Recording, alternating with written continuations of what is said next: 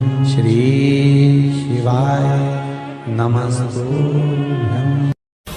और एक विश्वास के साथ आप लोगों से कहना चाहूंगा, जितने लोग आस्था पर कथा सुन रहे हो, जितने फेसबुक यूट्यूब पर सुन रहे हो, और जितने लोग मालेगांव की ये पवित्र भूमि पर बैठकर कथा सुन रहे हो, एक दिल से कहूं आप लोगों से, आप स्वीकार करिएगा, दुख की घड़ी में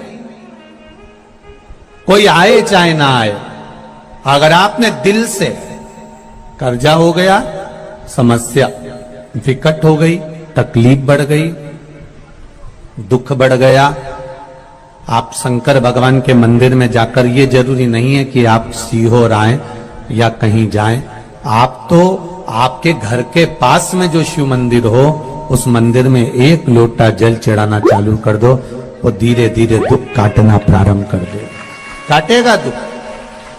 बस जल चढ़ाने का एक नियम है शिव जी का। शंकर भगवान को जो जल चढ़ाया जाता है दुख काटने के लिए, तकलीफ काटने के लिए, कष्ट मिटाने के लिए, तो एक नियम है शंकर भगवान का जल चढ़ाने का जो नियम है।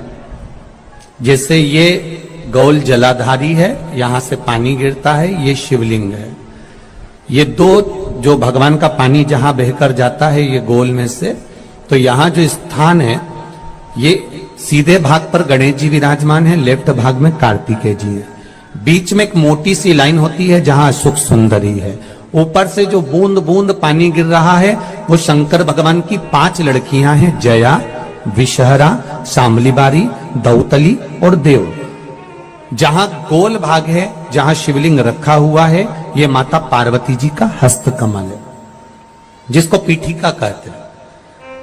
महाराज, जल चढ़ाने का नियम है, जब हमारे ऊपर दुख होता है, तकलीफ होती है, कष्ट होता है, बड़ी दिक्कत परेशानी होती है, तो हम जल चढ़ाते हैं। तो उस जल को चढ़ाने का नियम है, पहले गणेश जी का स्थान, कार्तिकेय का स्थान, अशोक सुंदरी की जगह, फिर माता पार्वती की पीठिका, उसके बाद जलाधारी को स्मरण कर कर जल धीरे धीरे शंकर भगवान पर छोड़ा जाता है।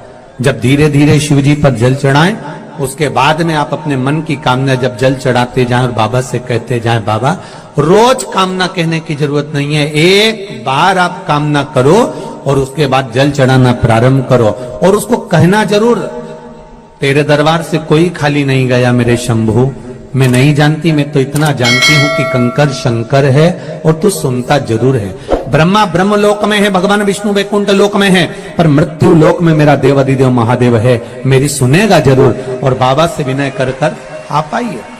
जल चढ़ाने का नियम, अगर दुख है, तकलीफ है, कष्ट है, तो ऐसे चढ़ा दो, और अगर मन कर रहा है डायरेक्ट शिव जी पे चढ़ाना हो तो तुम्हारी मर्जी, उसमें कोई मना नहीं। शिव तत्व किसको कहते हैं? शंकर का गुणगान, शिव का स्मरण, भगवान शंकर का मंत्र जाप किसको कहते हैं? ये वही समझ सकता है जिसके भीतर शिव समाया होगा।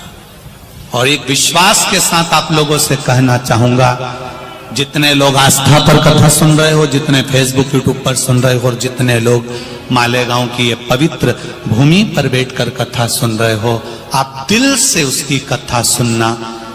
इस वाणी का, इस व्यासपीठ का एक शब्द हो सकता है, हॉस्पिटल में पड़ा हुआ कोई व्यक्ति, कर्जे में डूबा हुआ कोई व्यक्ति, गलत व्यसन में पड़ा हुआ कोई व्यक्ति को आपके द्वारा निकली हुई वाणी से भी बाहर निकाल सकता है। जैसे उस मां को कहा किसी ने, सीहोर वाला महाराज कहता है एक बार चले तो जा शंकर जी के मंदिर में, उसने पत्र भी लिखा। जब वो सीहोर वाला महाराज कहता है, चिल्ला चिल्ला कर कहता है, एक लोटा जल सारी समस्या का हल, तो जा। 7 साल में उस बच्चे की वाणी वापिस आ सकती है जो वाणी नहीं थी। जब वो वाणी मेरा महादेव दे सकता है, वो देखो उस माँ के चेहरे की खुशी, उस माँ के चेहरे की रौनकता, जिसका बेटा 7 साल बाद बोला हो, उसका आनंद देखिए कि कितना होगा, कितना आनंद होगा। एक बात और अच्छे से समझ लीजिए, जो बच्चे चिड़चिड़े होते हैं, चाहे घर में बेटे हों, बहुएं हों, सास हो, ससुर हो, परिवार में छोटे छोटे बच्चे हों, चिड़चिड़ प्रवृत्ति करते हों या चिड़चिड़ा स्वभाव हो, जरा जरा सी बात में क्रोध आ जाता हो, बोलने का भान नहीं रह पाता हो, शब्दों के बाण चलते हो, तो महाराज प्रदोष के दिन, प्रदोष काल में बेलपत्री के पेड़ के नीचे एक जो पत्ता आपके पास में हो, पान का मिल जाए तो पान का, पीपल का मिल जाए तो पीपल का, बेलपत्र का मिल जाए तो बेलपत्र का, उस पत्ते पर मात्र थोड़ा सा शहद और 7 दाने चावल के रखकर घी का दिया लगा दो महाराज, और थोड़ा सा जल हाथ की अंजलि में लेकर भगवान देवाधिदेव महादेव का स्मरण कर कि इस बेलपत्री के वृक्ष के नीचे माता लक्ष्मी, पार्वती, सरस्वती विराजमान है। इसी बेलपत्री के पेड़ के नीचे मेरे देवाधिदेव महादेव का 12 ज्योतिर्लिंग का स्वरूप प्रकट है। उनका स्मरण कर जल चढ़ा दीजिए और उसका स्मरण कर लो जो चिड़चिड़ प्रवृत्ति करता, क्रोध करता, जिसको बोलने का भान नहीं होता हो, सम्मान नहीं देता हो, अपशब्द कहते हो, उनका स्मरण कर आप छोड़ेंगे। एकदम एक प्रदोष करेंगे, दूसरे प्रदोष तक तो आपको कोई दिक्कत ही नहीं। 2-3 प्रदोष कर देखिए, बाबा कृपा करें। 3 जगह पर अगर कोई बीमारी ऐसी हो गई कि वो समाप्त नहीं हो रही, बड़ी बड़ी तकलीफ, मतलब एक बार दवाई अगर चालू हो गई तो दवाई बंद ही नहीं हो रही है, तो उसके लिए आपको 3 जगह पर जल चढ़ाना प्रारंभ कर दो। मात्र 1 हफ्ते से ज्यादा चढ़ाना भी नहीं पड़ेगा। जैसे 1 हफ्ते आप टेबलेट लेते हो, गोली लेते हो, 1 हफ्ते चढ़ाना प्रारंभ कर दो। सबसे पहले बेलपत्री के पेड़ के नीचे क्या करना है, जल का पात्र लेना है, उसमें 2 दाने चावल के डालना, 2 दाने अक्षत के डालिए। पहले बेलपत्री के पेड़ के नीचे जाओ, वहां जल चढ़ाओ, फिर जाइए पीपल के वृक्ष के नीचे, वहां जल चढ़ाइए।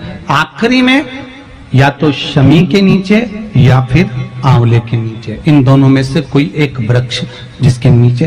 पर 1 हफ्ते अगर आपने आंवले में चढ़ाया है तो आंवले में ही चढ़ाना, शमी में चढ़ाया है तो शमी में चढ़ाना है। ये बदल के मत चढ़ाना कि आज मैं शमी में चढ़ा देती हूँ, कल आंवले में चढ़ा दूंगी, ऐसा नहीं। शंकर भगवान पे चढ़ा हुआ जल जो बहकर जाता है उसको 3 जगह पर जरूर लगाना चाहिए। ध्यान से सुनिएगा।